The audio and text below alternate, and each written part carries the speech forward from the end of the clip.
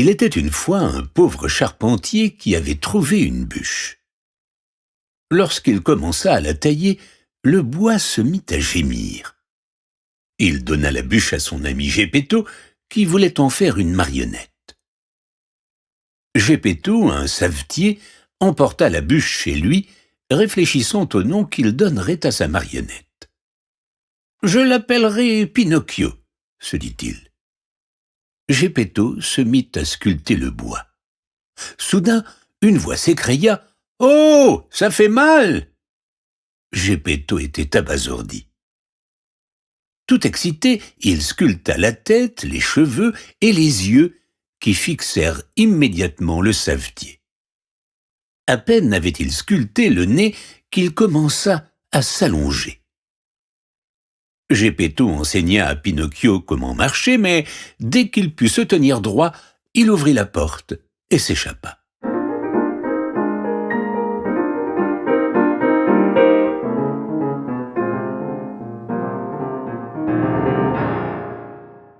Pinocchio s'excusa de s'être enfui et Geppetto pardonna à son fils. La marionnette serra son père dans ses bras et lui dit « J'aimerais aller à l'école pour devenir intelligent et t'aider. »« Mais nous n'avons même pas assez d'argent pour t'acheter un abécédaire. » Pinocchio parut triste. Alors Geppetto se leva, sortit et revint peu après avec un abécédaire. Pinocchio se jeta au cou de Geppetto et l'embrassa.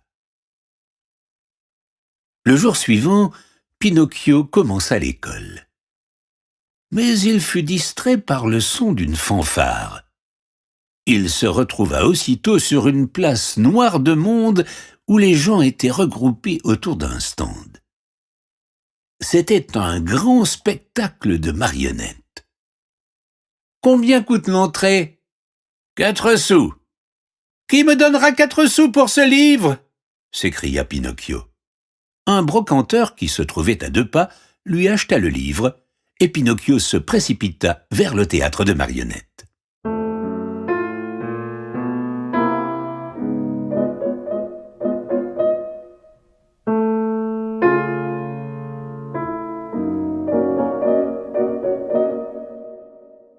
Une fois à l'intérieur, Pinocchio sut qu'il avait commis une erreur. Il dit à Geppetto qu'un chenapan lui avait volé son livre. Mais alors qu'il parlait, quelque chose d'étrange se produisit. Son nez se mit à s'allonger. Plus il insistait sur le vol de l'abécédaire, plus son nez s'allongeait. « Mais que se passe-t-il » demanda Pinocchio inquiet. « Tu ne dis pas la vérité, Pinocchio, » répondit Geppetto. « Quand tu mens, ton nez s'allonge. Si tu me dis la vérité, ton nez reprendra sa taille normale. » Alors Pinocchio raconta à Geppetto ce qui s'était passé et son nez reprit sa taille normale. Geppetto lui pardonna et le renvoya à l'école. Mais une fois de plus, quelqu'un allait croiser sa route et le détourner du droit chemin. Cette fois, c'était Carlo, un garçon fainéant. « Pourquoi ne viens-tu pas avec moi au pays des jouets ?» dit-il. « Tu pourras jouer toute la journée. »« La carriole passe ce soir pour m'y emmener, » dit Carlo. « Veux-tu te joindre à moi ?» Une fois de plus, Pinocchio allait tout droit vers les ennuis. La carriole arriva pour emmener les 2 amis et les garçons grimpèrent à bord.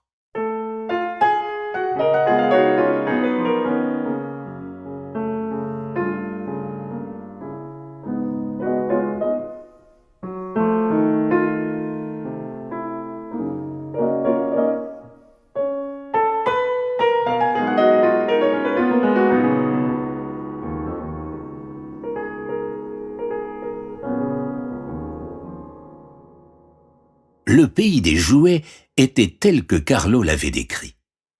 Un jour pourtant, au réveil, Pinocchio eut une surprise désagréable. Portant une main à sa tête, il découvrit qu'une paire de longues oreilles poilues avait poussé. Le jour suivant, elles avaient encore poussé.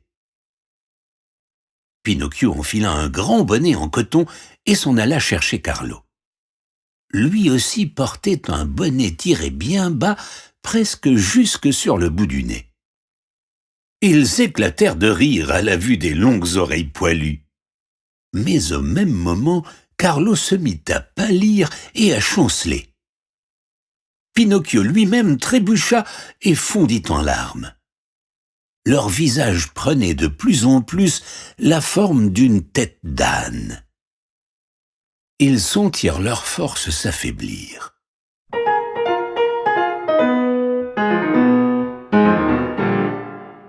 Pinocchio et Carlo se transformaient en âne. Le charretier se frotta les mains de joie. Carlo fut vendu à un fermier et un directeur de cirque acheta Pinocchio, qui dut apprendre des tours d'adresse. Un jour, alors qu'il sautait à travers un cerceau, il tomba et devint boiteux. Personne ne voulait acheter un âne inutile.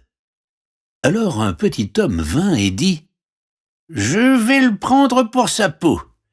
Il fera un bon tambour pour la fanfare du village. » Et Pinocchio fut acheté pour quelques sous.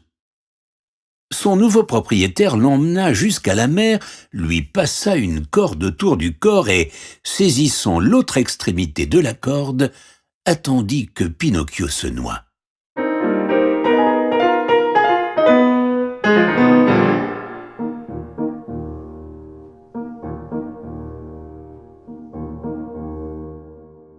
Pinocchio appela à l'aide. Une fée l'entendit et envoya un banc de gros poissons qui mangèrent la chair de l'âne, ne laissant que le Pinocchio de bois. Pinocchio se sentit tiré hors de l'eau. L'homme sursauta d'étonnement devant la marionnette vivante. Pinocchio lui raconta son histoire, puis il plongea dans la mer. Mais ses aventures étaient loin d'être finies. Derrière lui surgit un requin. Le requin s'approcha, puis l'avala. Pinocchio se retrouva dans l'obscurité. Il remarqua une pâle lumière et se faufila jusqu'à elle. « Père, c'est impossible. C'est toi ? Pinocchio, mon fils !»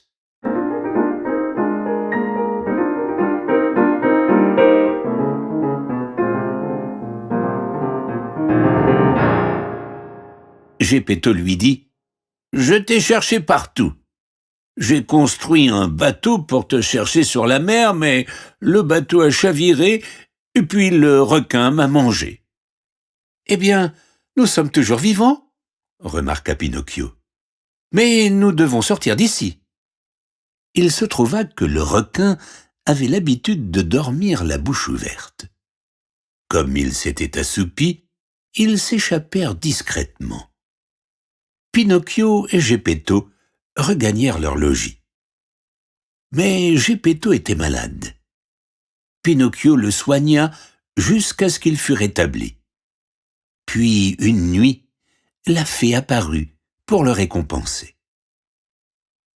Le matin suivant, il découvrit qu'il avait été transformé en un vrai petit garçon.